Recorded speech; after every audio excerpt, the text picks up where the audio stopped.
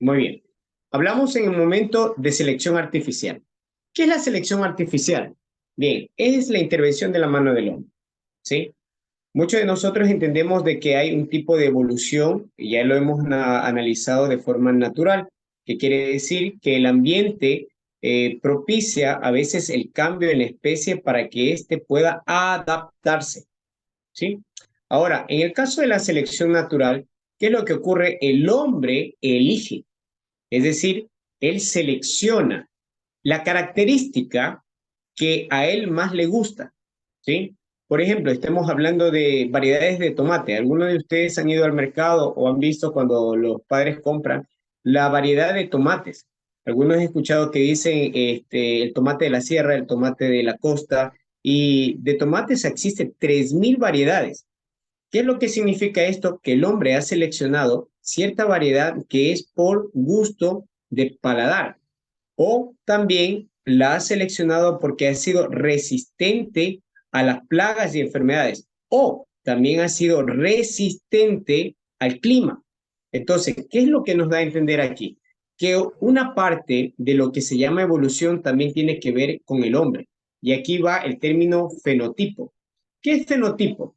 Esto que se los puse aquí en la diapositiva porque necesito que ustedes dominen esto. Es la información genética que posee un organismo de un medio ambiente determinado. ¿Qué quiere decir esto? Que hasta cierto punto la evolución también nos dice de que el ambiente puede generar un cambio en la genética de la especie para que se pueda adaptar a cierto clima, ¿sí? Y esto lo podemos entender cuando yo les había explicado de que yo puedo traer de Colombia, por ejemplo, del Valle del Cauca, hay una especie de guanábana que se llama la variedad gigante. La traemos acá, ¿sí?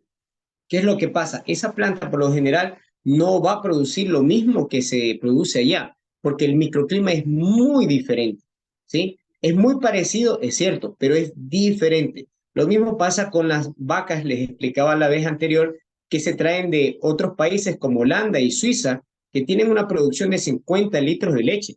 Ahora, cuando la pasamos acá a Latinoamérica, ellos tienen que adaptarse. Entonces, ¿qué es lo que significa este término de fenotipo?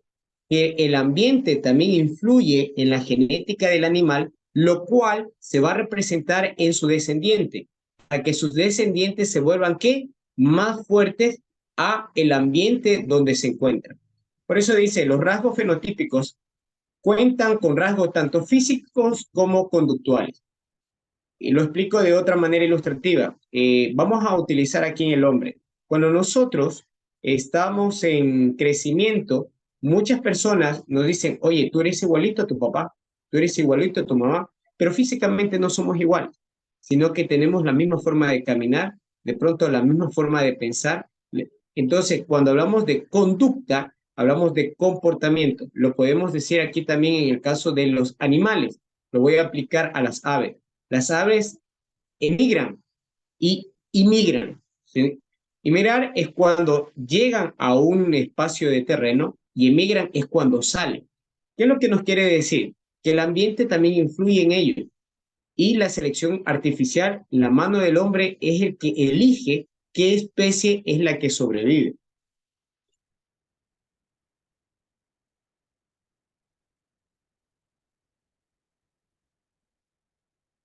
Bien, seguimos con un ejemplo de selección artificial. Aquí pueden ver ustedes en sus pantallas acerca de una variedad. Se entiende de que artificialmente el hombre también intervino. Aquí tenemos una madre, como ustedes pueden ver, está en el centro. Lo que nos hace ver la selección artificial es que algunas especies fueron mutando con el tiempo, adaptándose al medio y qué es lo que generó variación genética. A lo que el hombre comenzó a desarrollar la selectividad, es decir, comenzó a tener versa, comenzó a tener brócoli, comenzó a tener coliflor, comenzó a tener repollo, coles de Bruselas y col de rábano. ¿Qué quiere decir esto? Que tiene un ancestro común. Eso es la teoría evolutiva, que hoy por hoy nos dice que todo lo que nosotros compramos no es producción de la selección natural, sino de la selección artificial. Por otro lado, tengo otro ejemplo que también lo incluye la teoría evolutiva. Tenemos el maíz. El maíz técnicamente se dice, y ahora que siempre yo les digo se dice porque es una teoría, algunos sí los pueden decir que esto realmente existió y que gracias a la preferencia humana es lo que tenemos ahora, el maíz propiamente dicho. Por ejemplo, ustedes ven ahí el maíz, ¿sí? Inicialmente en estudios paleontólogos o de arqueología nos dicen que el maíz no era así como lo conocemos ahora. Prácticamente fue genéticamente mejorado hasta tener el maíz que tenemos ahora, que tenemos más de 1000 variedades de maíz, ¿sí? Aquí nomás en el Ecuador se siembran algunas variedades. Lo que dice la selección artificial es que las preferencias humanas determinan cuáles son los rasgos de supervivencia. Es decir, que a través del tiempo las personas fueron seleccionando que las características del maíz que ellos querían que sembrara. Esto todavía se ve en la agricultura.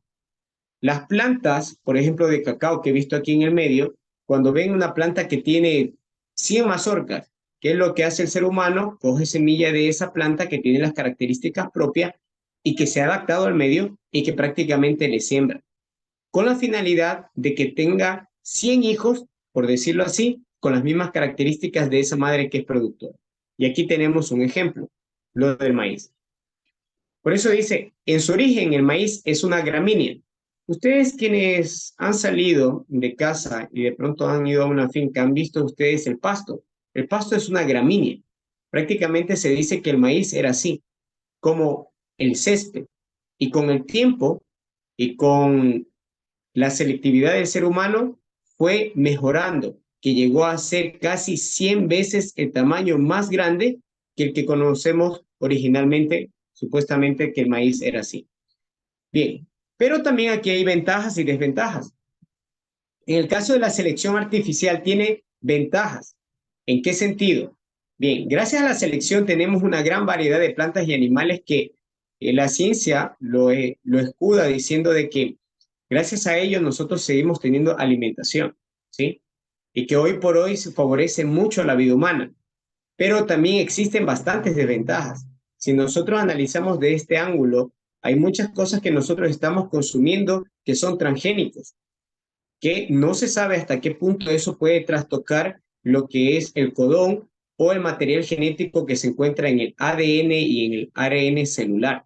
De hecho, cuando se habla de las ventajas en el plano agrícola, provoca que solamente un tipo de semilla sea la que se puede comercializar, no todo. Y aquí lo explico de una manera muy práctica.